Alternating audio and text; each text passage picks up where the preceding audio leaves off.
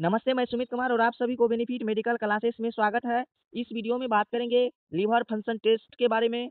Hindi plus English दोनों में समझाएंगे इस वीडियो में। आपको अगर नोट्स लेना हो तो आप हमसे इंस्टाग्राम पे संपर्क करके नोट्स ले सकते हैं। इंस्टा आईडी का नाम है बेनिफिट मेडिकल क्लासेस। आप उस पर जाइए और हमको मैसेज कीजिए, हम आपको नोट्स प्रोवाइड कर देंगे। फ्री ऑफ कॉस्ट नोट्स है। और लीवर फंक्शन टेस्ट के बारे में पूरा डिटेल में बात करेंगे। चलिए बिना देरी किए हुए चलते हैं, आगे बढ़ते हैं। सबसे पहले बात कर लेते हैं लीवर क्या है।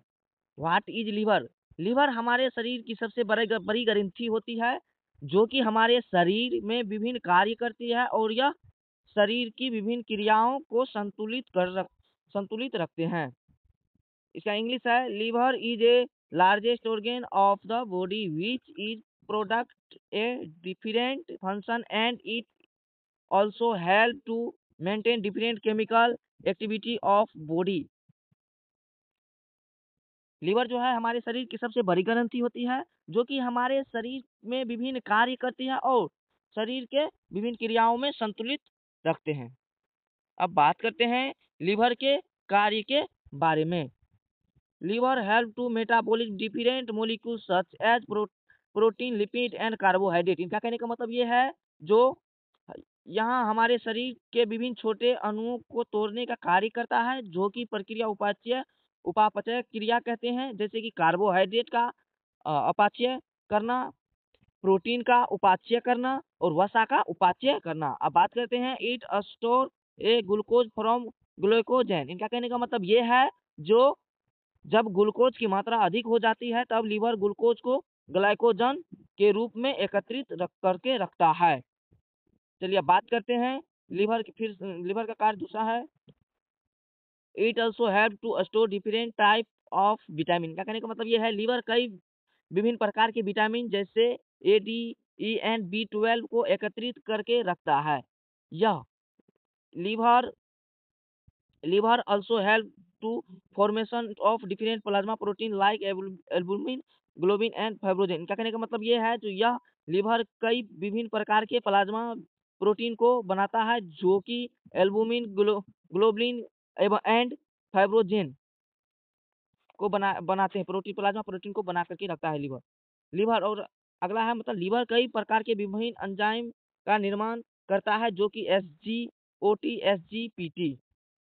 चलिए अब बात करते हैं लीवर फंक्शन टेस्ट क्या है और क्यों किया जाता है। लीवर अब बात करते हैं जैसे लीवर फंक्शन टेस्ट क्या है और यह क्यों किया जाता है।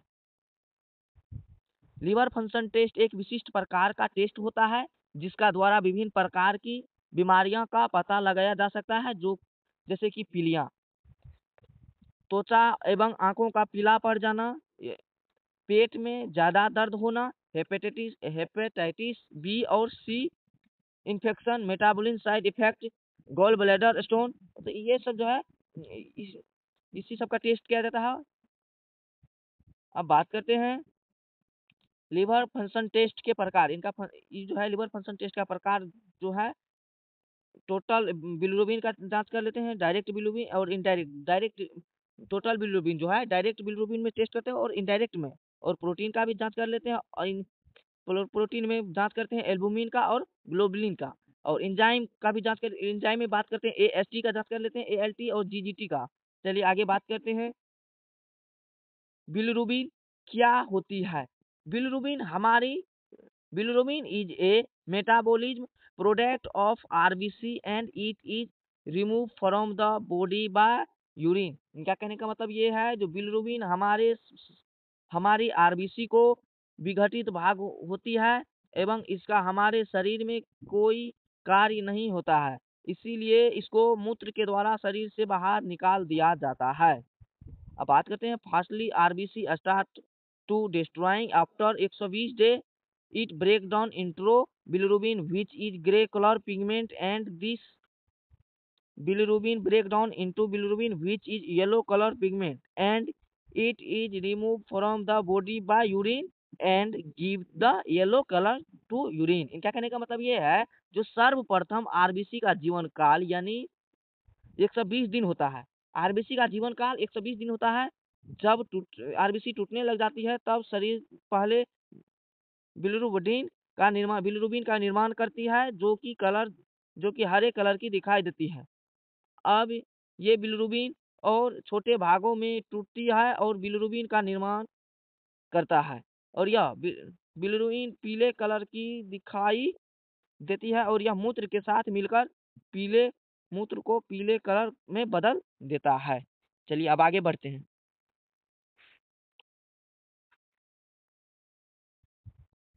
चलिए अब बात करते हैं, बिलिरुबिन को 3 भागों में विभाजित किया गया है। Bilirubin divided into 3 parts.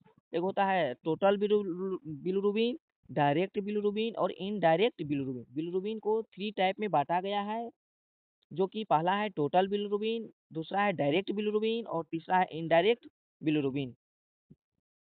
अब बात करते हैं बिलिरुबिन के प्रकार, जैसे कि टोटल बिलिरुबिन जो है एक 1.2 mg प्रति DL होता है, और डायरेक्ट बिलिरुबिन जो है 2.0 mg प्रति डेसीलीटर होता है।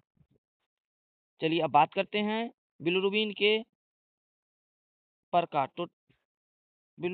जैसे कि टोटल बिलिरुबिन 1.2 mg प्रति डेसीलीटर होता है, और डायरेक्ट बिलिरुबिन जो है 0.2 mg प्रति DL होता है, और इनडायरेक्ट बिलिरुबिन जो है 1.0 mg DL होता है।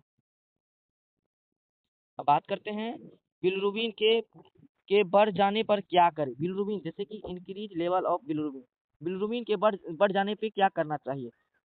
यदि बिलिरुबिन का लेवल 2.1 mg/dl से ज़्यादा बढ़ जाए और वह बहुत ज़्यादा मात्रा में यूरिन से निकलने लगे, तब इस अवस्था को हाइपर बिलिरुबिया कहते हैं। बिलिरुबिन के बहुत ज़्यादा मात्रा बढ़ने से पीलिया की बीमारी होती है। Increase level of bilirubin is known as hyperbilirubinemia and it is also known as jaundice. इनका कहने का मतलब ये है, जो अगर बिलिरुबिन के ज़्यादा इंक्रीज हो जाने पे हाइपर बिलिरुबिया कहते हैं, और इसे इसे जॉन्डिस भी कहते हैं। बिलिरुबिन के बढ़ जाने से जॉन्डिस भी होता है।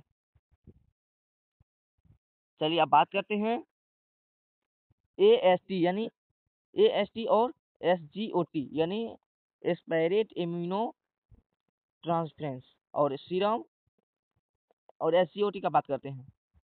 यह एक विशिष्ट प्रकार का एंजाइम होता है, जो कि लीवर कोशिकाओं में बनता है। इन कोशिकाओं को हेपेटाइटिस कहते हैं। This enzyme is synthesised by hepatitis of liver cell. इनका कहने का मतलब ये है, रक्त में इसकी नॉर्मल वैल्यू 15 से 46 यू प्रति लीटर होती है। यदि किसी कारण की वजह से लीवर कोशिका यानी कि हेपेटोसाइट टूटती है, तब इस अवस्था में रक्त में एएसटी की मात्रा अधिक हो जाती है। अब बात करते हैं, if any hepatitis cell are damage in the condition increase the level of AST serum. क्या कहने का मतलब ये है, जिनका द लीवर यानी हेपेटोसाइट टूटती है तो एएसटी की मात्रा अधिक हो जाती है। चलिए अब बात करते हैं एएसटी और एसजीओटी शरीर में कैसे बढ़ जाता है। यदि एएसटी का लेवल 300 से 400 यू प्रति एल तक बढ़ जाता है, तो यह माना जाता है कि मरीज को हेपेटिक जॉन्डिस है। और एएसटी शरीर के और भी दूसरे अंगों में पाया जाता है, जैसे कि ovary, heart muscle, skeletal muscle.